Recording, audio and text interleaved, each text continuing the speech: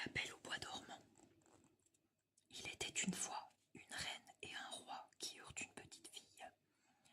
Toutes les fées du royaume furent nommées ses marraines, et elles lui donnèrent des dons merveilleux. Elle serait belle, intelligente, gracieuse, mais une vieille fée, vexée de ne pas avoir été conviée, annonça: un jour, la jeune enfant se blessera la main en enfilant la laine et elle en mourra. Cette terrible prédiction fit frémir l'assemblée, mais une fée, la plus jeune d'entre elles, qui n'avait pas encore prononcé son vœu, déclara: hélas, je ne peux défaire ce qui a été fait. La princesse se blessera bien la main avec un fuseau, mais elle n'en mourra point. Elle tombera dans un profond sommeil de 100 ans, au bout duquel un prince viendra la réveiller. À partir de ce jour, le roi fit interdire les fuseaux dans tout le royaume sous peine de mort. Lorsque la princesse atteignit sa 15e année, nul ne se souvenait de la prophétie. Or, la jeune fille monta un jour tout en haut du donjon. Elle fut surprise de découvrir une vieille femme qui filait sa quenouille en ignorant l'interdiction du roi.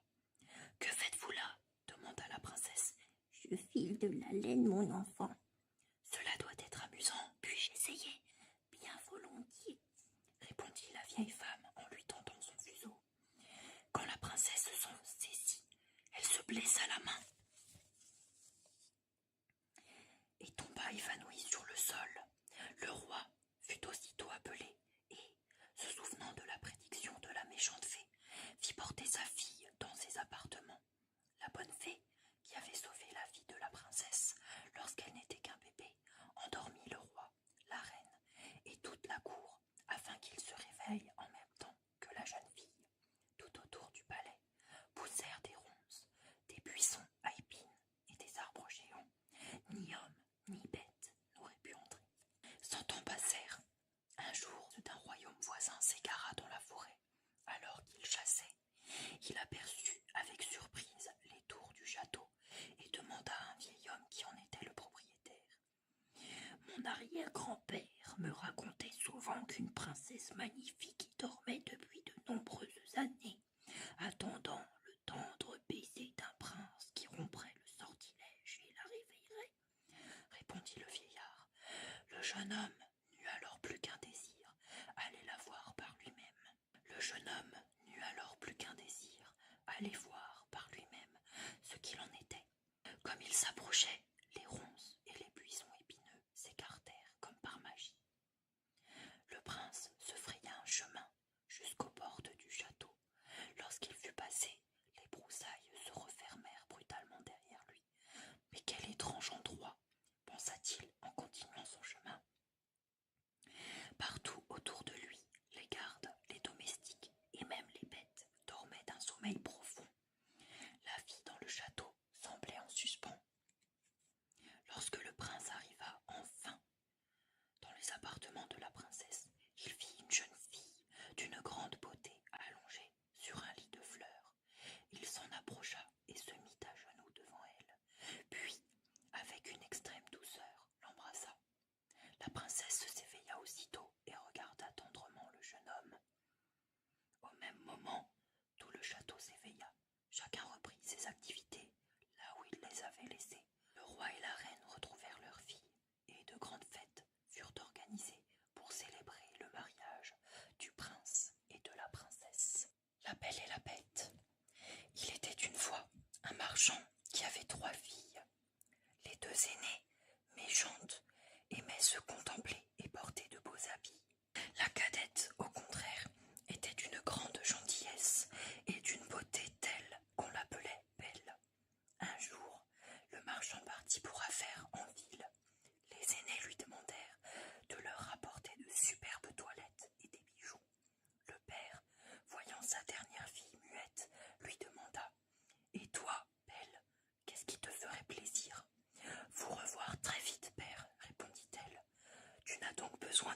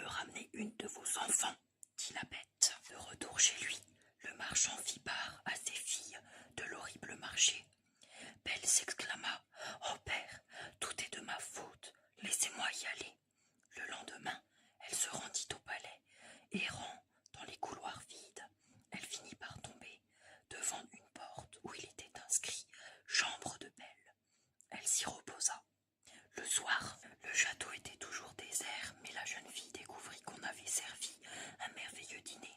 Quand elle entama le dessert, la bête arriva. Il l'avait observée toute la journée, et émue par sa beauté, s'était épris d'elle. Quand Belle vit son hôte, elle fut terrifiée. D'une voix tendre, il lui dit « Je suis votre serviteur, Belle. Vous êtes ici, chez vous. Mais dites-moi franchement, me trouvez-vous repoussant ?» « Votre aspect est quelque peu effrayant, répondit la jeune fille, mais vous avez été bon avec moi en me traitant comme une princesse. Alors, voulez-vous m'épouser ? Et c'est avec la même franchise que Belle lui répondit non. Les jours passèrent. Belle n'avait plus peur de la bête. On lui préparait les mets les plus raffinés. On lui confectionnait de magnifiques toilettes.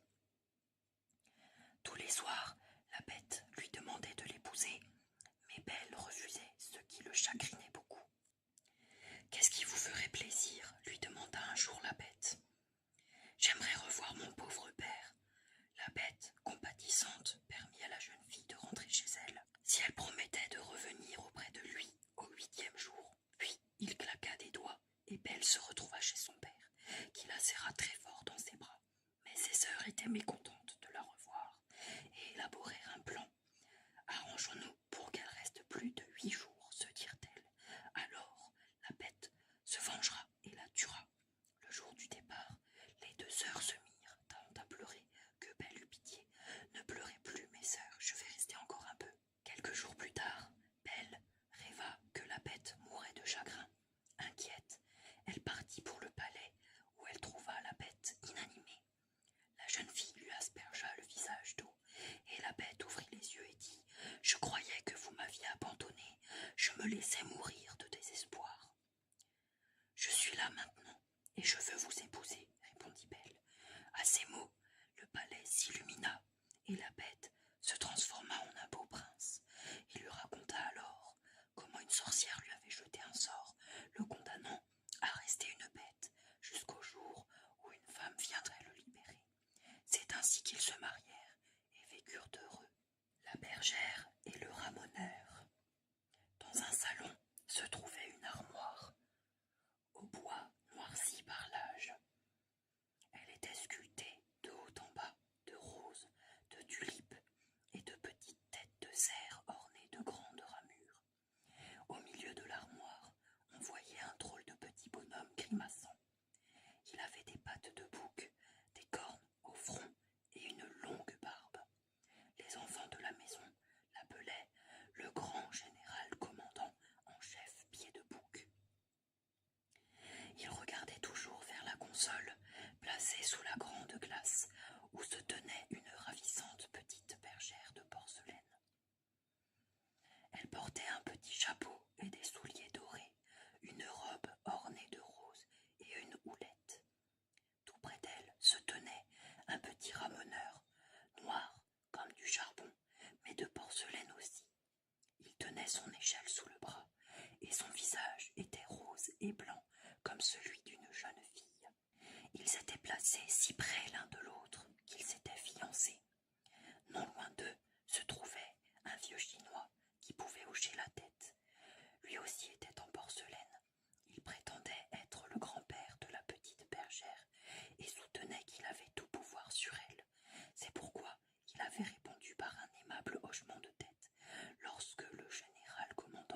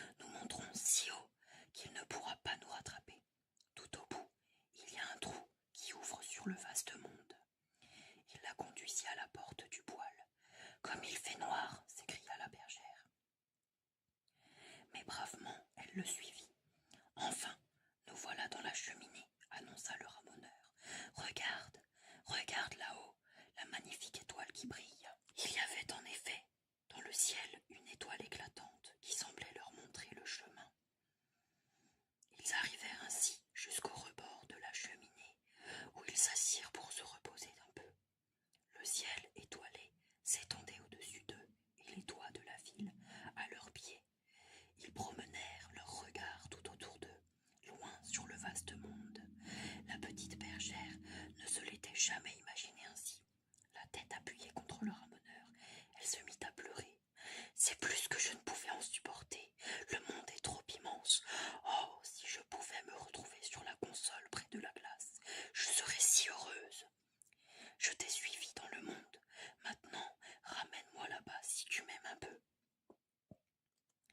Le ramoneur essaya de la raisonner, mais elle sanglotait si fort qu'il fut obligé de céder, et tous les deux redescendirent par la cheminée, puis par le tuyau et arrivèrent au poêle. Là, ils firent le guet derrière la porte. Comme ils n'entendaient aucun bruit, ils passèrent la tête. Hélas, le vieux chinois gisait au milieu du parquet.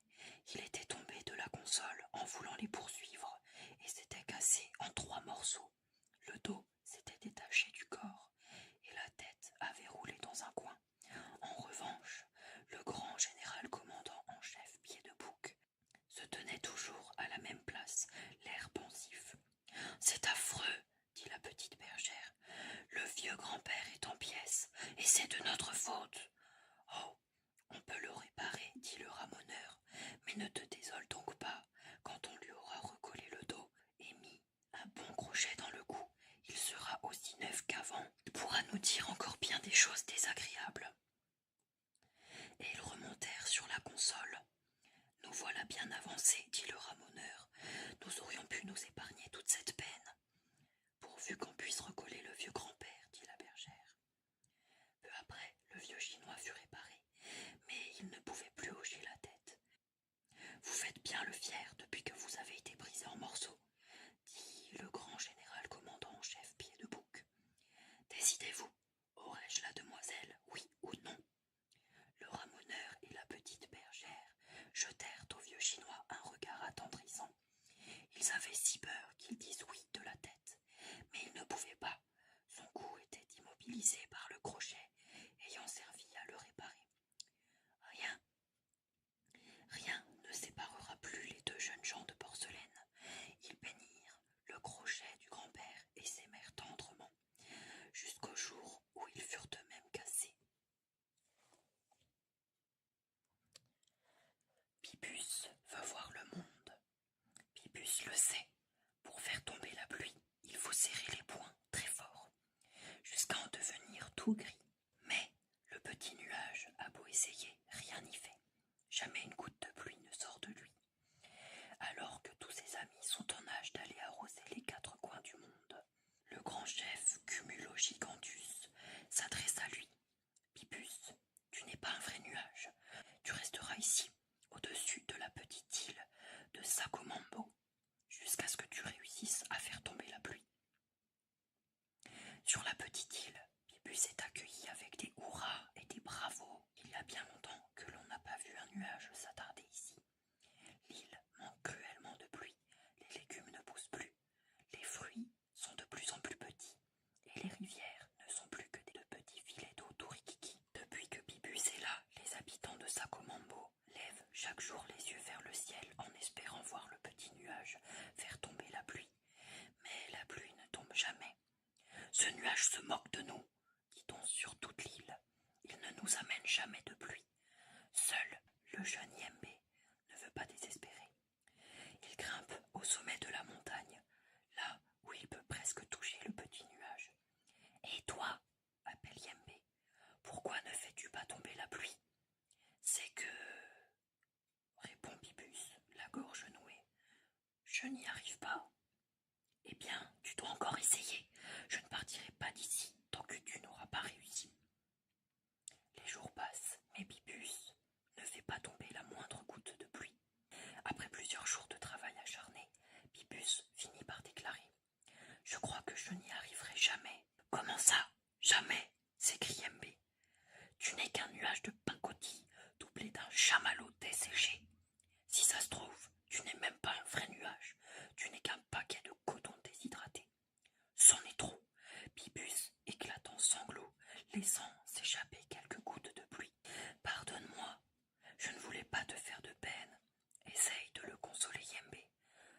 petit garçon porte alors à sa bouche une larme de Bibus. Bibus, s'écrie-t-il, je n'avais jamais goûté une eau aussi bonne. Tu es extraordinaire. Moi, extraordinaire? Oui, tu es le meilleur des nuages. Ta pluie est délicieuse. Tu es un vrai nuage, Bibus. Retrouvant son courage, Bibus serre les poings. Soudain, un bruit tonitruant traverse le ciel. Le tonnerre, puis un éclair. Et un instant plus tard, une véritable tempête se déverse sur la petite île de Sakomambo. Tu as réussi, Bibus, se réjouit Yembe. Bravo! C'est grâce à toi, Yembe, répond le petit nuage, car tu as cru en moi. Blanche-Neige, il était une fois une reine qui mit au monde une magnifique petite fille. Ses cheveux étaient aussi noirs que l'ébène et sa peau aussi blanche que la neige. Si bien qu'on l'appela Blanche-Neige. Hélas, la reine mourut peu après la naissance de l'enfant. Le roi se remaria avec une femme très belle, mais qui cachait un cœur d'une grande noirceur. Tous les jours, la jeune femme interrogeait son miroir magique. Miroir, dis-moi qui est la plus belle. Le miroir, qui disait toujours la vérité, lui répondait qu'elle était la plus belle d'entre toutes. Mais les années passaient et la beauté de Blanche-Neige grandissait. Un jour, le miroir répondit « Ma reine, vous êtes très belle, mais Blanche-Neige l'est bien plus que vous. » La reine, folle de jalousie, ordonna à un chasseur de tuer l'enfant et de lui rapporter son cœur comme preuve de sa mort.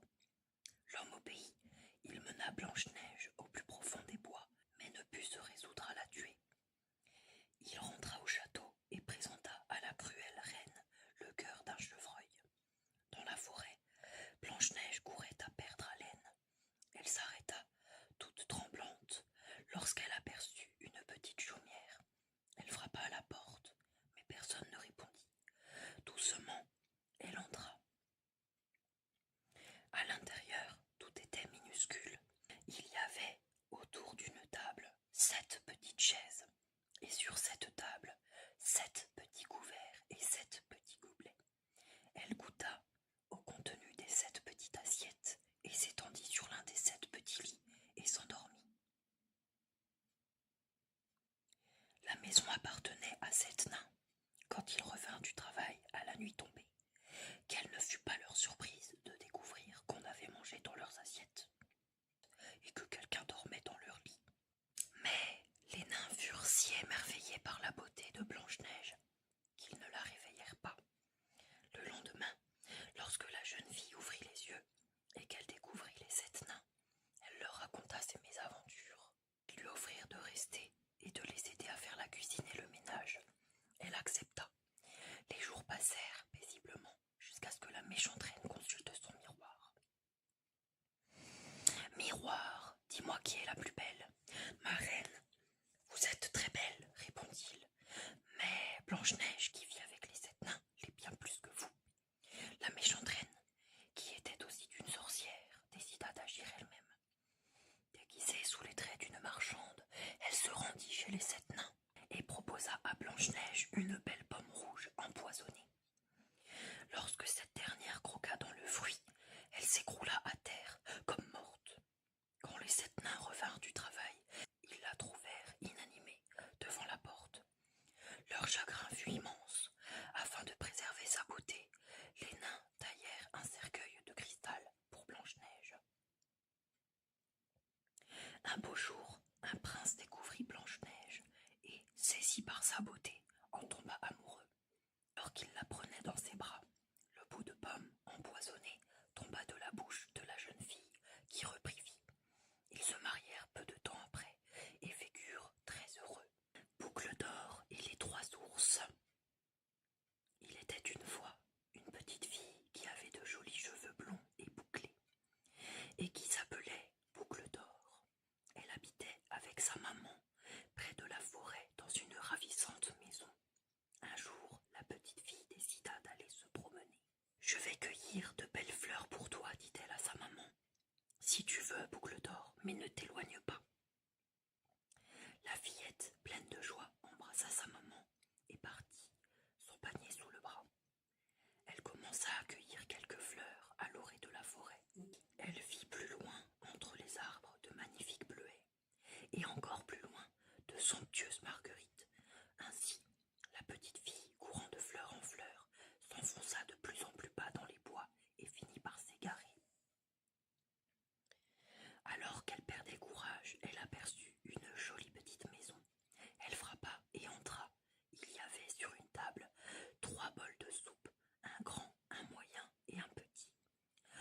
ça sent bon, s'exclame Boucle d'Or. Grimpant sur un tabouret, elle goûta au contenu du grand bol, mais c'était trop chaud et elle se brûla. Ensuite, elle goûta à la soupe du moyen bol, mais c'était trop salé. Enfin, elle goûta à la soupe du petit bol. Elle était si délicieuse que la petite fille mangea tout, sans en laisser une goutte. Elle aperçut alors près de la cheminée 3 fauteuils. Elle s'assit dans le grand fauteuil, mais il était trop dur. Ensuite, elle s'assit dans le moyen fauteuil, mais il était bancal. Enfin, elle s'assit dans le petit fauteuil, mais elle était trop lourde et crac, il se brisa. Puis, Boucle d'Or découvrit une chambre où il y avait 3 lits. Tombant de fatigue, la petite fille essaya d'atteindre le grand lit, mais il était trop haut. Elle monta sur le moyen lit, mais il était trop mou.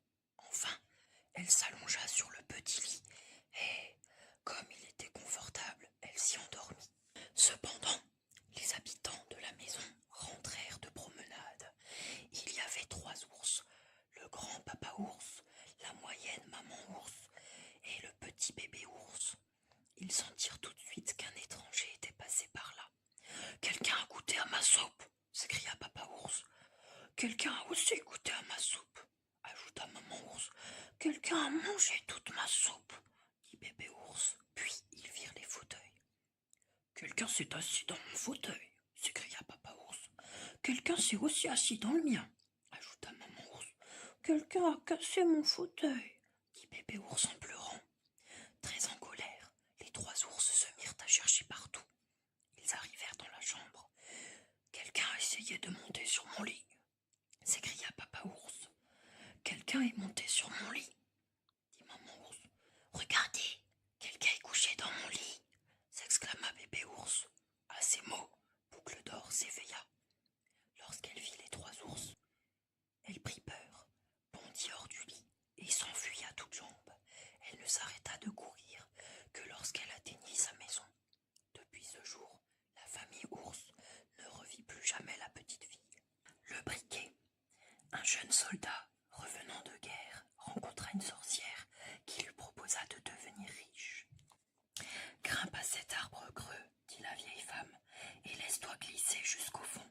Je t'attacherai à une corde et te remonterai quand tu appelleras. Arrivé en bas, tu verras au bout d'un long corridor 3 portes, puis 3 chiens féroces assis, chacun sur un coffre. Parle-leur gentiment, et ces chiens ne te feront aucun mal. Tu pourras leur prendre tout l'argent que tu voudras.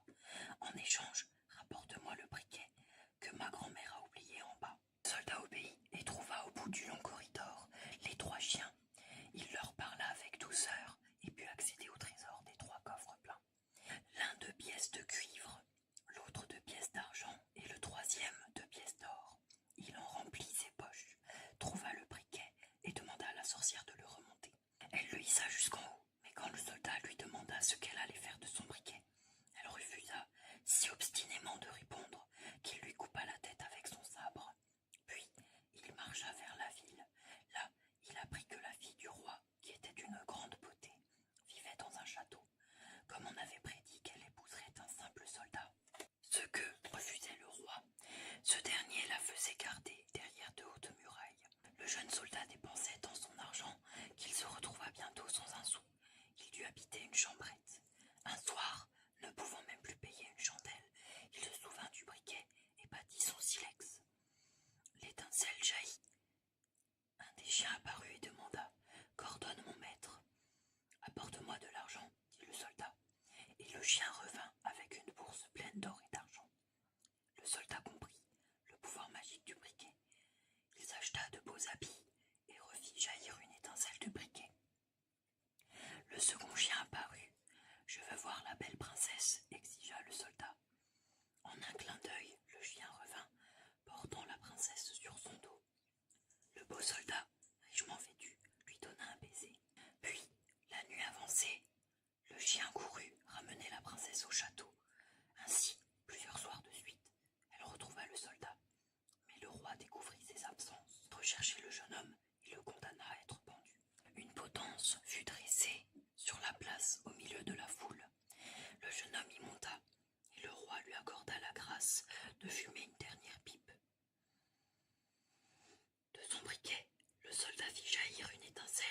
ordonna aux 3 chiens qui surgirent: empêchez qu'on me pende. D'un bond, les 3 chiens sautèrent sur les juges, délivrèrent le soldat et la foule cria: petit soldat, tu seras notre roi.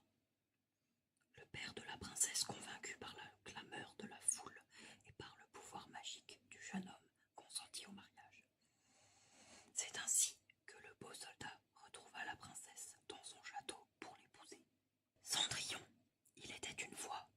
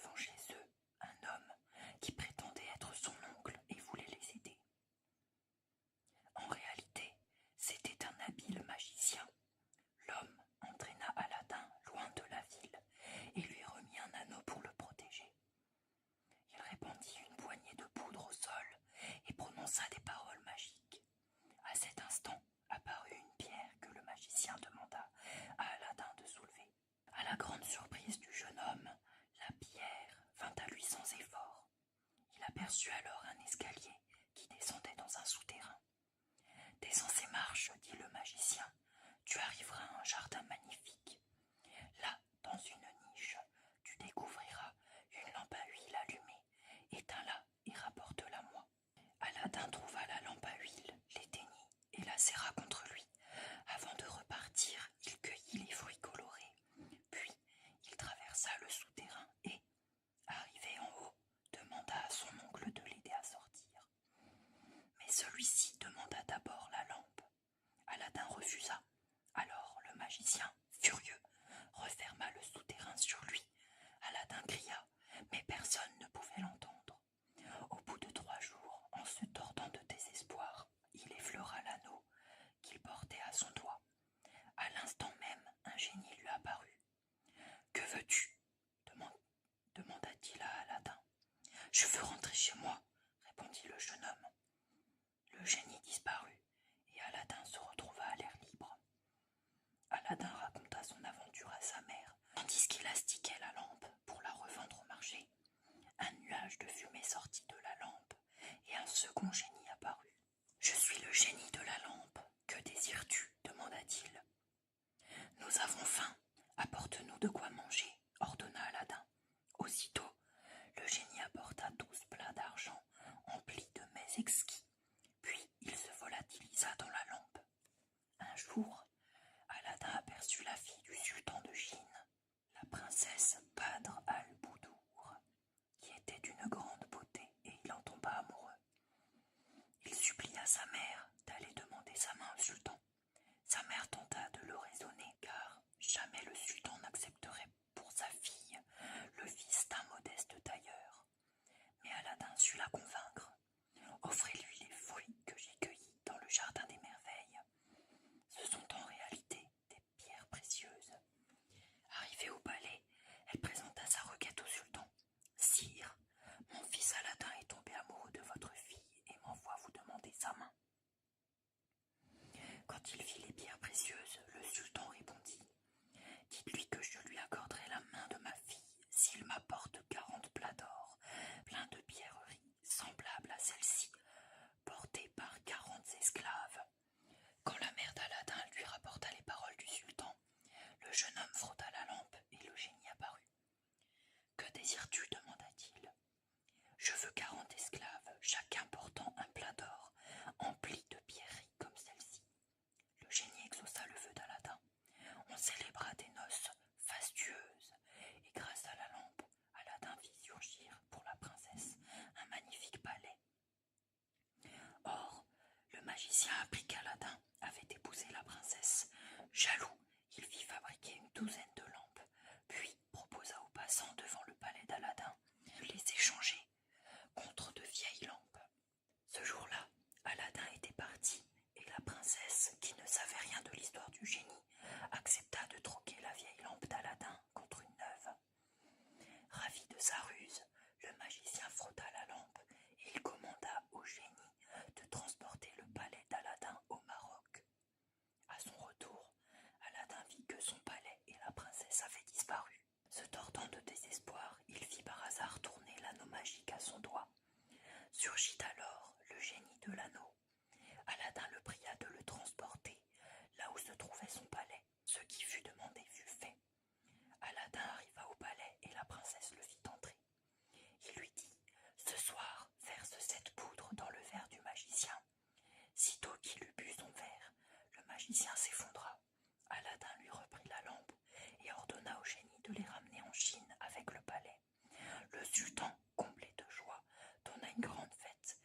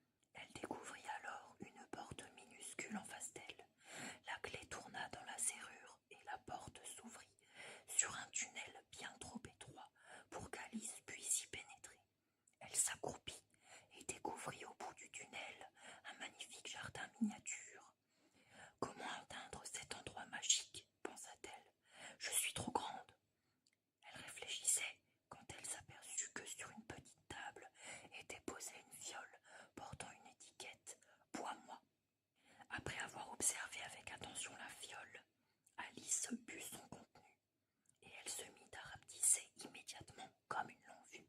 Elle avait maintenant atteint la taille idéale pour passer la petite porte. Quelle chance! Elle courut jusqu'à l'extraordinaire jardin. Derrière elle, Alice entendit des pas précipités. Le lapin, superbement habillé, tenait à la main des gants et un éventail. Elle lui demanda son chemin. « S'il vous plaît, monsieur le lapin », mais sans prendre le temps de lui répondre, celui-ci se sauva, laissant derrière lui ses gants blancs et son éventail. Alice, errant toujours, s'approcha d'une maison blanche, entourée de jolis rosiers blancs eux aussi. Trois étranges jardiniers, qui n'étaient autres que des gardes, s'appliquaient à les peindre en rouge, tout en se chamaillant. « Fais attention, 5 de trèfle, tu m'envoies de la peinture !» Alors qu'Alice observait amuser leur manège, elle les entendit s'exclamer « La reine !» et se jeter face contre terre. Arrivèrent des valets, puis les enfants du roi et de la reine, puis les jokers, et enfin le roi et la reine de cœur. La reine dévisagea Alice et demanda « Qui est cette petite ?»« Je m'appelle Alice, pour vous servir, Majesté, » répondit-elle poliment. « Et eux, qui sont-ils » demanda la reine en désignant les 3 jardiniers. « En voulez-vous que je le sache ?» rétorqua Alice. « Qu'on lui coupe la tête !» hurla la reine de cœur. Soudain, Alice eut l'impression étrange qu'elle était en train de grandir. Elle retrouva sa taille normale sous les yeux médusés de la reine, qui continuait à vociférer. « Qu'on lui coupe la tête !»« Qui peut bien se soucier de vous ?» dit Alice. « Vous n'êtes qu'un jeu de cartes. » À ces mots, toutes les cartes s'envolèrent et retombèrent sur la fillette, qui poussa un cri. Elle ouvrit les yeux et se retrouva allongée près de sa sœur, qui continuait sa lecture. 2 ou 3 feuilles d'un arbre étaient tombées sur son visage. « Réveille-toi, Alice, » lui dit sa sœur, « comme tu as dormi longtemps. » Alizée, la petite fée. Alizée est une petite fée, toujours très occupée, qui prend soin de tous les habitants de la forêt enchantée. Ses journées sont bien remplies, car elle supprime tous les soucis de ses amis. On l'appelle à la rescousse à longueur de temps. Alizée, le petit elfe Joseph est tombé et s'est fait mal aux pieds. Aussitôt, Alizée se précipite avec sa baguette magique. Elle inspecte le pied et répare l'os cassé.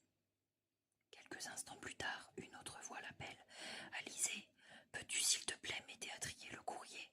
demande gentiment la fée courrier. Et elle l'aide de sa fidèle baguette. Alizée fait des tas d'enveloppes pour aider la factrice à effectuer sa tournée. Lorsqu'elle a fini, un autre appel retentit. « À l'aide, Alizée, la petite Elisa s'est perdue. » La petite fée volette rapidement aux alentours de la forêt, à la recherche de l'enfant disparu. Après plusieurs heures, elle découvre enfin Elisa, assise près d'un gros arbre, en larmes. « Que s'est-il passé? Pourquoi es-tu ici ?» demande doucement Alizée. « Tes parents sont inquiets, tu sais. J'ai ramassé des champignons et je me suis un peu éloignée. Ensuite, impossible de retrouver le chemin de la maison. J'ai appelé très fort, en vain. J'ai eu peur de passer la nuit ici. » Et tous les soirs, après une longue journée de travail, Alizée aide les enfants à s'endormir en leur lisant des histoires, puis en chassant leurs cauchemars. Mais ce matin, Alizée se sent très fatiguée et n'arrive pas à se lever. Elle reste dans son lit, à moitié endormie. C'est la première fois qu'elle n'apparaît pas aux aurores pour aider les habitants de la forêt enchantée. Ceux-ci sont étonnés. Mais où est donc passée la petite fée? Ils la cherchent toute la journée, sans succès. Je pense qu'elle n'est pas sortie de chez elle aujourd'hui, suggère le petit Joseph. Les habitants de la forêt se dirigent alors vers la maisonnette, dont les volets sont restés fermés. Ils découvrent la petite Alizée, emmitouflée sous sa couette, les joues très roses et les yeux mouillés. « Je suis désolée, sanglote-t-elle. Je ne suis pas venue vous aider aujourd'hui. Je suis trop fatiguée. »« C'est normal, tu travailles trop. Nous ne t'avons pas ménagé jusqu'à présent. Tu es toujours là pour nous. Maintenant, nous allons à notre tour veiller sur toi, » explique la maman d'Elisa. Les elfes et les fées se relayent ainsi jour et nuit au chevet d'Alizée. Ils lui préparent ses repas, ils lui font son ménage, ils lui racontent des histoires. Petit à petit, Merci les amis, grâce à vous, je me sens vraiment mieux, s'exclame un matin Alizé. Depuis ce jour, Alizé travaille toujours autant, mais fait des pauses de temps en temps, car elle a bien compris que même une petite fée doit se reposer. Anaël, royaume de Monacaire, la princesse Anaël est appelée la princesse courant d'air, car elle disparaît aussi vite qu'elle apparaît. La jeune princesse est aussi très tête en l'air. La reine lui avait offert pour son anniversaire de magnifiques oiseaux dans une jolie cage dorée, mais ceux-ci se sont échappés. J'ai oublié de fermer la porte à clé, a répondu Anaël. Et c'est pareil pendant la classe. Anaël regarde dehors, le temps qu'il fait et rêvasse. Dès que la cloche retentit, la princesse file à vive allure, un vrai courant d'air. Mais que peut-elle bien faire? On ne la revoit ensuite que pour le repas. Les souverains la cherchent à longueur de journée. Où est passée la princesse? L'avez-vous aperçue? Demande le roi. Elle était ici il y a peu, sire, mais elle a encore disparu, lui répond-on invariablement. À peine retrouvée, Anaël disparaît à nouveau. Où peut-elle bien courir ainsi? Et les rares jours de pluie où elle reste enfermée, elle attend en s'ennuyant, le nez collé à la fenêtre, regardant tristement les gouttes tomber. Qui voudra bien épouser Anaël plus tard? Se lamente la reine désespérée. Celle-ci, voulant comprendre l'emploi du temps si chargé de sa fille aînée, revêt une tenue discrète et des baskets. Dès qu'Anaël franchit le pont-levis, la reine, ainsi habillée, court à sa suite. Malgré la fatigue, elle suit sa fille, essoufflée. Elle arrive après une course effrénée, près d'un hangar perdu au milieu de nulle part. Que vient-elle faire ici? S'étonne la reine. La princesse enfile, sous les yeux ébahis de sa mère, une combinaison pleine de taches. Elle grimpe ensuite agilement à bord d'un avion biplan. En quelques minutes, la princesse démarre l'engin, roule, décolle et vole dans les airs. Elle enchaîne au milieu des nuages des boucles et des tonneaux sous un tonnerre de bravos provenant de quelques badauds et aussi du mécano. Lorsqu'elle se pose, la princesse découvre sa mère. Oh non, fini à jamais la liberté. Maintenant je vais devoir rester enfermée, songe tristement Anaël, prise en flagrant délit. Mais sa mère la rassure. Tu aurais dû nous le dire, ma chérie. Je ne savais pas que tu aimais l'aviation, toi aussi. Autrefois, ton père était pilote. Je ne veux pas devenir princesse. Je veux voler et garder ma liberté. Et c'est pour cette raison que j'ai libéré les oiseaux. Je comprends tout maintenant, s'exclame la reine. L'histoire ne dit pas si le mécanicien est devenu ou non le prince charmant d'Anaël, mais ce qui est sûr, c'est que celle-ci continue de voler, sans se cacher. Et à la question « Où est la princesse courant d'air ?» la réponse est désormais dans les airs. La vache Amélie. La vache Amélie n'aime pas gambader. Elle n'aime pas l'herbe sucrée des prés. Elle n'aime pas donner son lait. La vache Amélie aime seulement regarder passer les trains, là-bas au bout de la prairie. Les trains qui s'en vont dans le soir, qui s'en vont loin, loin, loin. Ah, comme je voudrais voyager, songe-t-elle en ruminant tristement. Un soir, le train ralentit, car le mécanicien pense à sa petite amie Jocelyne. Alors Amélie se dit « J'y vais !» et elle saute dans un wagon. Comme elle est lourde, elle fait une belle dégringolade sur le tas de bûches.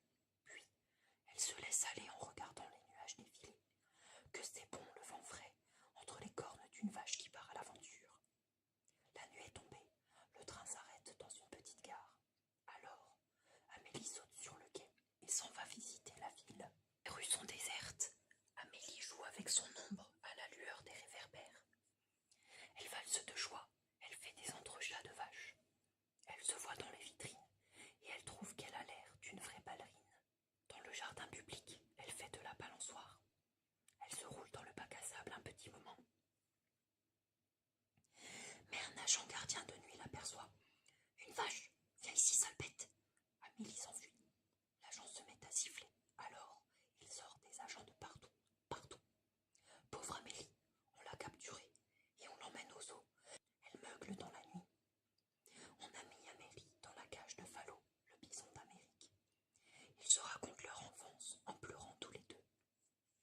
Lundi matin, le gardien arrive.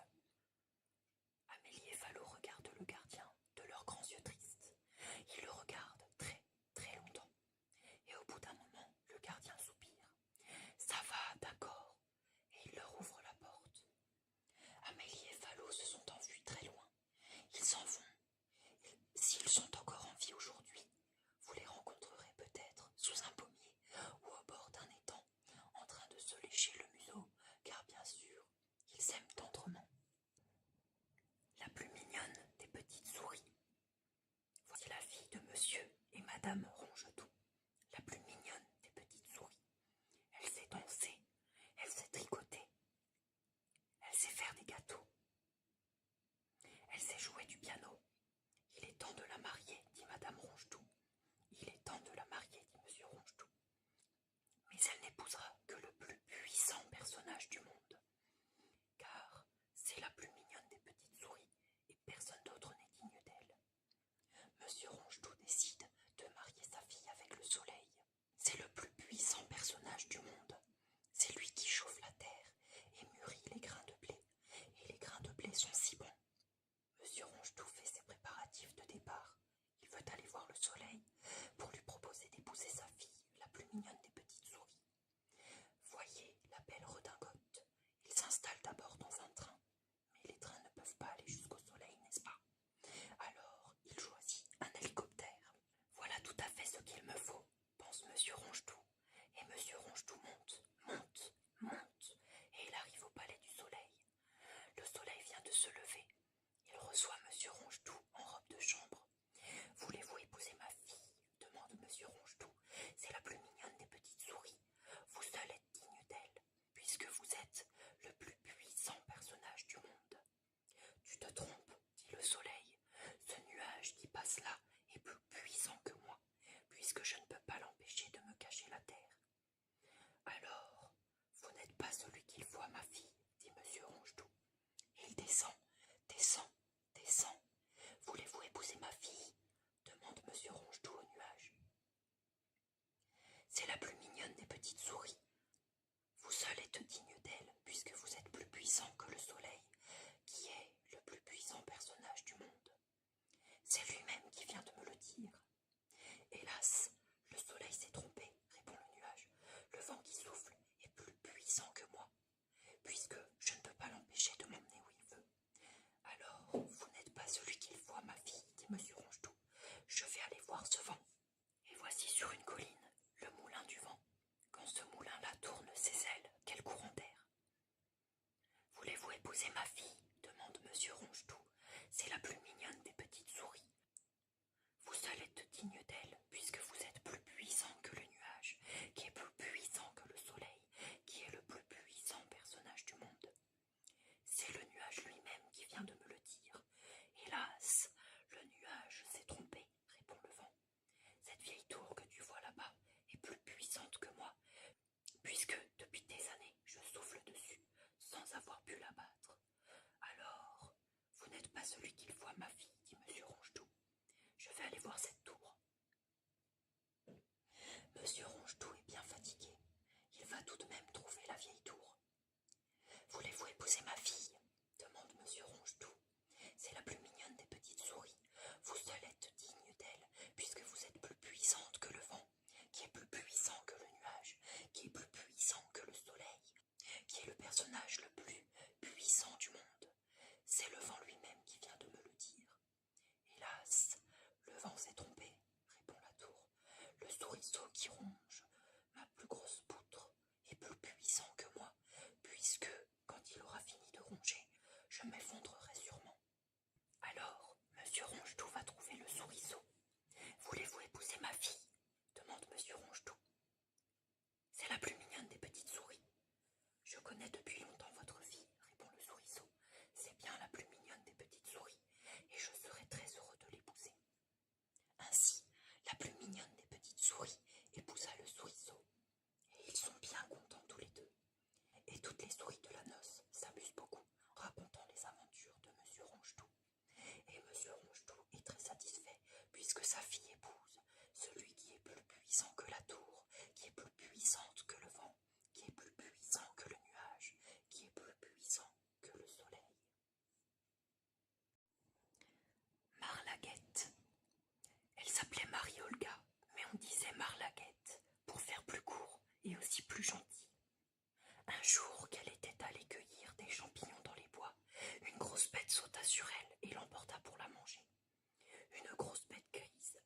des oreilles pointues, une gueule rouge, bref, un loup. Elle se débattait, Marlaguette, dans la gueule du loup, et le loup qui courait toujours en était tout gêné. Si bien qu'en arrivant à sa caverne, il se cogna le front à la roche, qui en faisait le doigt. « Oula, oh !» cria-t-il en tombant de côté. Marlaguette tomba aussi, mais elle se releva vite. « Bien fait !» cria-t-elle en faisant la nique au loup. Mais le loup ne bougeait plus. Il avait l'air bien malade, avec une grosse bosse au front, une égorgure et un petit peu de sang qui en coulait. Maintenant, Marlaguette le regardait et sa colère tombait. « Pauvre petit loup, dit-elle, il est bien blessé. »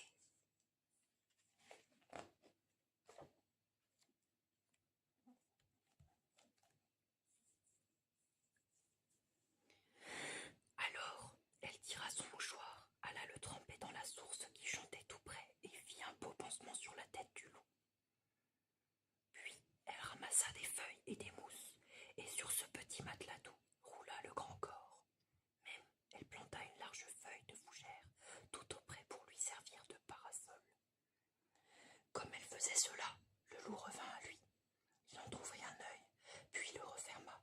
Il se garda bien de bouger, d'abord parce qu'il avait grand mal à la tête, et puis parce que c'était tout nouveau pour lui d'être dorloté, et ma foi, pas désagréable. Marlaguette s'en alla sur la pointe des pieds, et courut chez elle. Elle n'habitait pas loin de là, dans une petite cabane à la lisière des bois. Elle fit un grand pot de tisane, et revint le porter au loup, avec une petite tasse pour le faire boire. Ce ne fut pas commode, les grandes dents du loup cognaient contre la tasse, et sa grande langue laissait échapper la moitié du liquide. Pour tout dire aussi, il n'aimait pas la tisane, lui qui se régalait de viande crue, avec du bon jus saignant qui ruisselle le long des babines. Cette camomille l'écœurait. « Pouh, que c'est fade !» geignait-il en lui-même. Mais Marlaguette disait « Allons, bois, vilain loup !» d'une voix si douce qu'il n'y avait qu'à obéir. Elle le soigna comme ça pendant 8 jours, puis elle l'emmena faire une petite promenade en marchant tout doucement pour ne pas le fatiguer. « Cra, cra !» criait le geai en sautillant devant eux. « Il te croquera, Marlaguette. »« Ah, tu crois ça ?» dit le loup. « Attrape !» Et il se lança en avant pour croquer le geai. Mais il était tout faible encore et manqua son coup. Le deuxième jour, comme il se promenait bien sage à côté de la petite fille, le geai revint. « Cra, cra ! Marlaguette, il te croquera. »« Menteur !» cria le loup. Et pour le punir, il se lança en avant et cette fois, il croqua le geai. Qui fut bien furieuse, Marlaguette, elle donna au loup une sérieuse fessée et ne lui parla plus de toute la promenade. Et quand ce fut l'heure de rentrer chez elle, elle ne lui serra pas la patte. « Je ne le ferai plus !» dit le loup en reniflant le cœur gros. Il avait l'air si repentant qu'il pardonna. De fait, à partir de ce jour, il ne mangea plus une seule bête vivante. Dans la forêt, cela se sut vite. Les oiseaux ne s'en voulèrent plus quand ils passaient sur les chemins, et les petites souris vinrent caracoler jusque sous son nez. Il en avait l'eau à la bouche, mais il trottait sagement à côté de Marlaguette, les yeux fixés sur son doux petit visage pour échapper à la tentation. Mais alors, qu'est-ce qu'il mangeait ? Des framboises, des myrtilles, des champignons, des herbes, du pain que lui portait Marlaguette. Hélas, à ce régime, il s'anémia. Alors, la grande bête grise s'en fut sur ses pattes maigres et elle croqua un merle et un lapereau et 3 musaraignes qui prenaient le frais au bord de leur trou. En peu de temps, le loup redevint fort et beau. Mais il ne tuait maintenant que lorsqu'il avait faim et jamais plus il ne mangea de petit enfant. Parfois de loin, entre les branches, il voyait passer la robe claire de Marlaguette, et cela lui faisait à la fois plaisir et tristesse. Et Marlaguette regardait souvent vers le fond des bois avec son doux sourire, songeant à cette grande bête de loup qui, pour l'amour d'elle, avait accepté pendant des jours de mourir de faim. La famille Rataton. C'est la famille Rataton. Il y a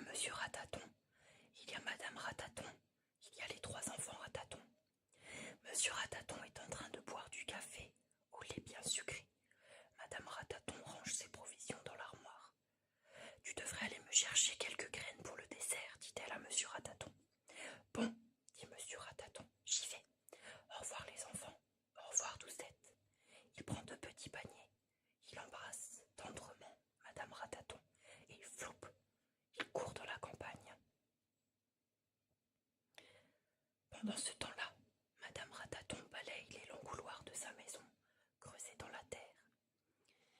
Et quand elle a fini son ménage, elle va promener ses enfants. Allons, marchez devant, dit Madame Rataton. Ne vous éloignez pas et ne vous faites pas remarquer en poussant des cris. Oui, maman, non, maman. De son côté, Monsieur Rataton a ramassé de bonnes petites graines. Il rentre tout content, mais le zèbre et la girafe se moquent de lui.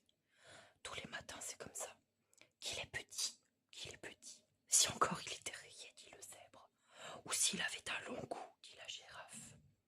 Monsieur Rataton est triste. Avec ses petits paniers, il se dit: comme il fait bon être chez soi, sans ces grosses bêtes qui se moquent de vous. En revenant de promenade avec ses enfants, Madame Rataton rencontre le singe. Il rit en les voyant passer. Hi, hi, ah, ah, qu'ils sont petits, que c'est drôle. Hi, hi, ah, ah. Tenez-vous bien, mes enfants, dit Madame Rataton. Ne vous retournez pas. Et elle pense: si nous sommes petits, lui, il est bien laid. Les Ratatons se retrouvent tous les 5 chez eux. C'est tout de même malheureux d'être si petits, dit Monsieur Rataton. Nous sommes très bien ainsi, et nous sommes beaucoup plus gros que les fourmis, dit Madame Rataton. Ça c'est bien vrai, dit Monsieur Rataton. Tu sais, tu devrais creuser un couloir pour faire une autre sortie. Comme ça, nous ne serions pas obligés de passer devant le zèbre, la girafe et le singe, dit Madame Rataton. C'est une bonne idée, dit Monsieur Rataton. Il va chercher une pelle, une pioche, et il creuse la nouvelle galerie. Les petits Ratatons dansent et chantent. On va avoir un nouveau couloir, tralala, une nouvelle sortie, tralala, tralali. Monsieur Rataton pioche et creuse longtemps. Il a bien chaud, ouf, il se repose un moment. Les enfants sont curieux de savoir où va déboucher la nouvelle sortie. Enfin, ça y est, le couloir est percé. Les Ratatons mettent leur museau dehors. Leurs moustaches tremblent de plaisir.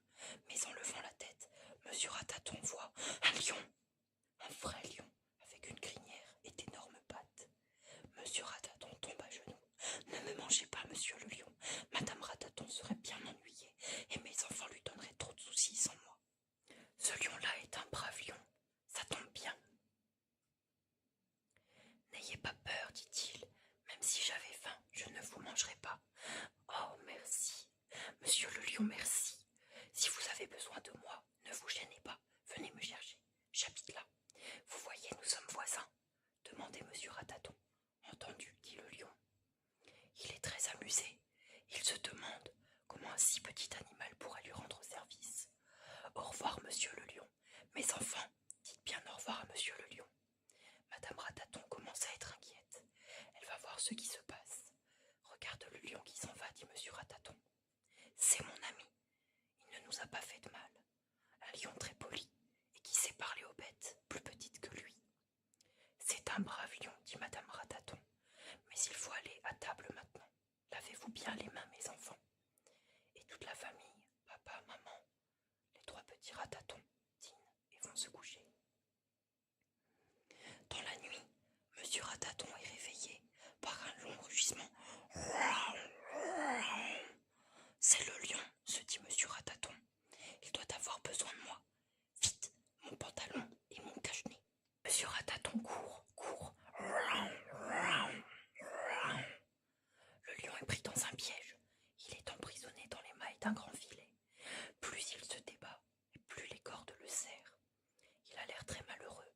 Monsieur le lion, c'est moi, Monsieur Rataton. Vous savez votre voisin. Ne bougez pas, attendez un moment, je vais vous délivrer. Monsieur Rataton court chez lui. Il réveille Madame Rataton. Il réveille ses enfants. Puis il prend 2 bonnes scies. Madame Rataton emporte des provisions. Les enfants Ratatons trouvent cela très drôle. Ce n'est pas souvent que l'on sort en pleine nuit. À l'ouvrage, Monsieur et Madame Rataton scient les cordes brin à brin. Les enfants grimpent et jouent dans le filet. Le lion essaye de remuer. Il souffle très fort.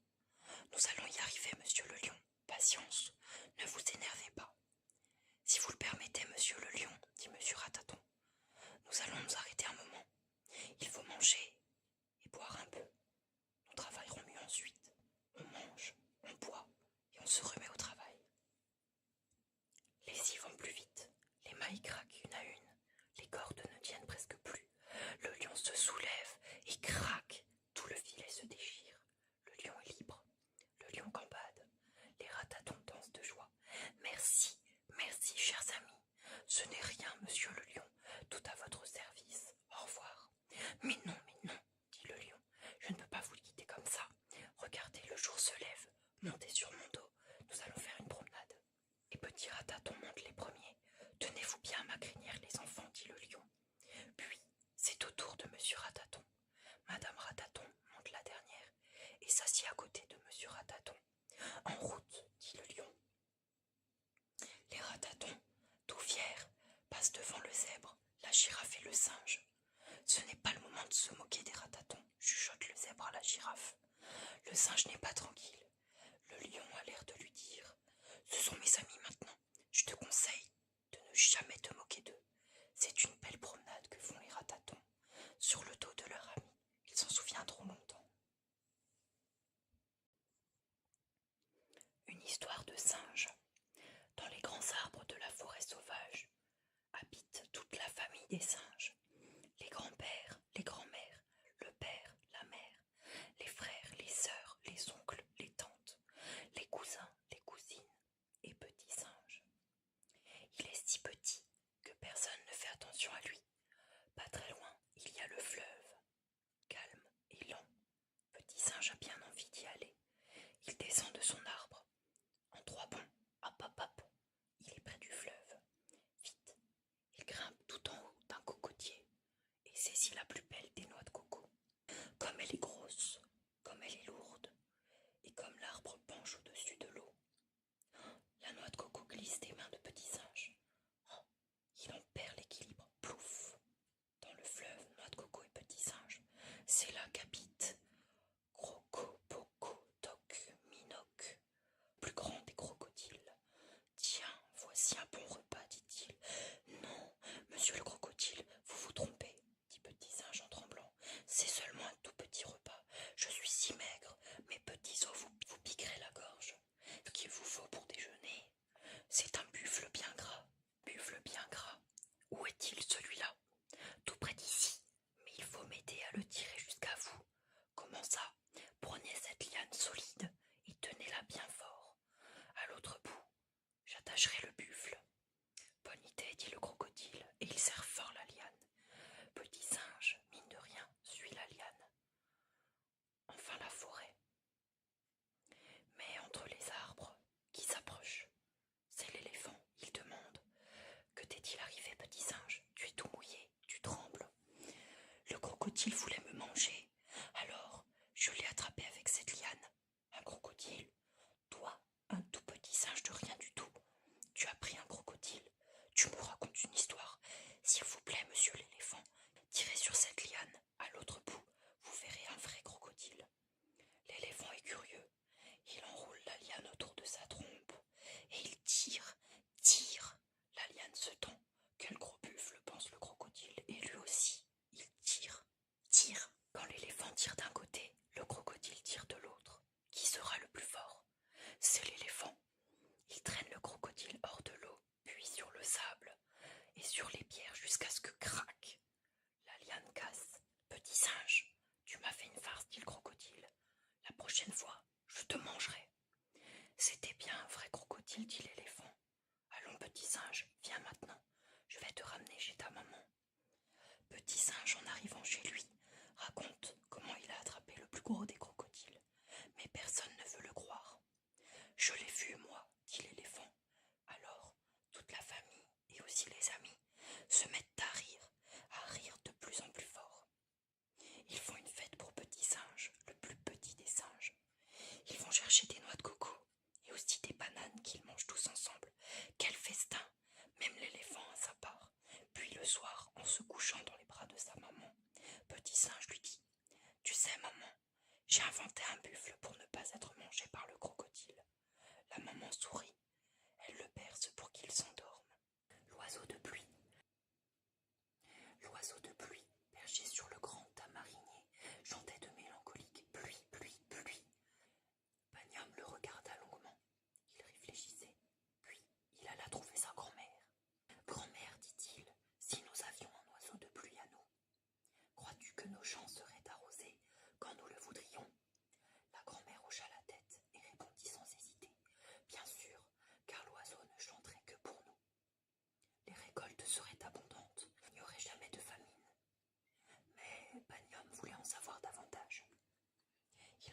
son père. Père, dit-il, si nous avions un oiseau de pluie dans notre maison, crois-tu que nos champs seraient arrosés quand nous le voudrions? Le père réfléchit quelques instants, puis répondit: non, je ne le pense pas. Les vieux du village racontent beaucoup de légendes. Faut-il croire tout ce qu'ils disent?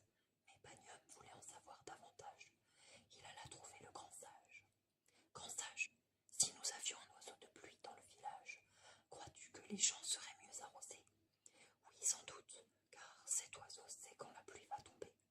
Il sait aussi quand elle doit s'arrêter. L'eau ferait pousser les plantes, la rivière ne serait jamais à sec, il n'y aurait plus d'épidémie.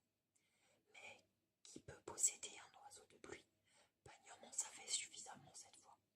C'est bon, se dit-il, j'irai chercher un oiseau de pluie. Et le lendemain, dès l'aube, il se mit en route, dans la brousse. Il marchait depuis quelques instants, seulement lorsqu'il entendit une voix moqueuse l'interpeller. Où vas-tu, Pagnum? Où vas-tu, Pagnum?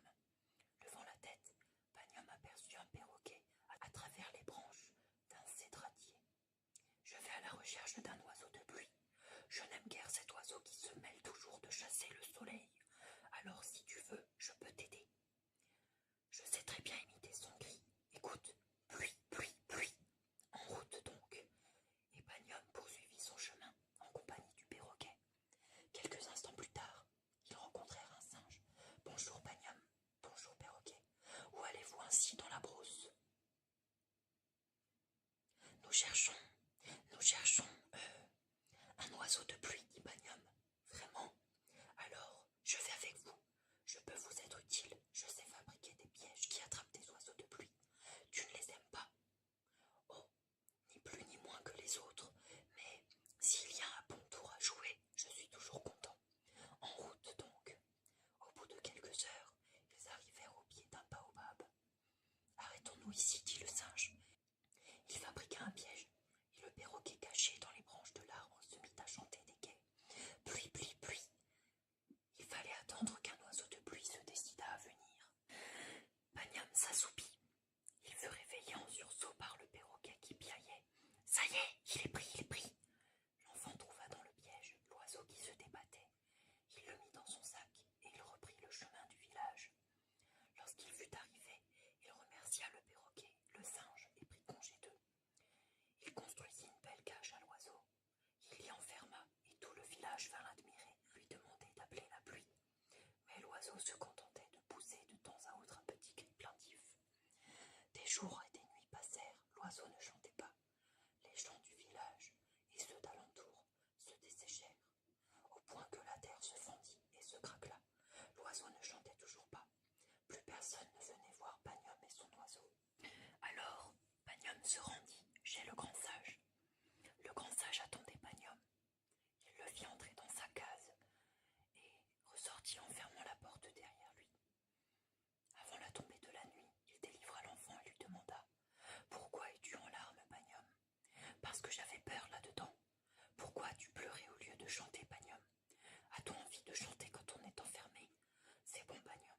Maintenant, rentre chez toi et occupe-toi de ton oiseau. Pagnum rentra chez lui, prit la cage et la déposa devant la case, ouvrit la porte et sortit délicatement l'oiseau en murmurant: Oiseau, mon cher oiseau, va, va. L'oiseau tourna la tête, regarda l'enfant, secoua 2 ou 3 fois ses ailes, puis s'élança avec de joyeux pluie, pluie, pluie, d'un vol si rapide qu'il ne fut bientôt plus qu'un petit point bleu là-haut, très haut dans le ciel. Et sur le village de Pagnum, une pluie chaude et bienfaisante se mit à tomber. Quand Koulicoco dort, il fait si chaud. Koulicoco a tant joué, tant couru, tant mangé, qu'il s'est couché dans son hamac après le déjeuner et qu'il s'est endormi à l'ombre des figuiers. Quand Koulicoco dort, il ne faut pas le réveiller, car si quelqu'un le réveillait, nul ne sait ce qui pourrait arriver. Sa maman fait la lessive, son papa va vendre des melons au marché. Nul ne songe à réveiller Koulicoco. Une mouche pourtant bourdonne à son oreille. Des cochons grattent, reniflent et grognent, mais rien ne réveille Koulicoco. 74 fourmis font l'escalade du figuier pendant que dort Koulicoco.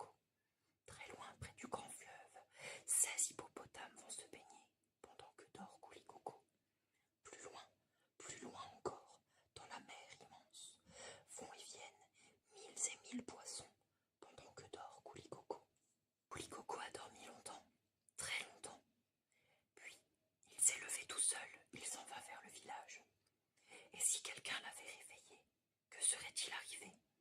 Sa maman n'aurait peut-être pas fini sa lessive, la mouche n'aurait pas volé si près de lui, les cochons se seraient sauvés, les fourmis n'auraient peut-être pas osé grimper sur le figuier.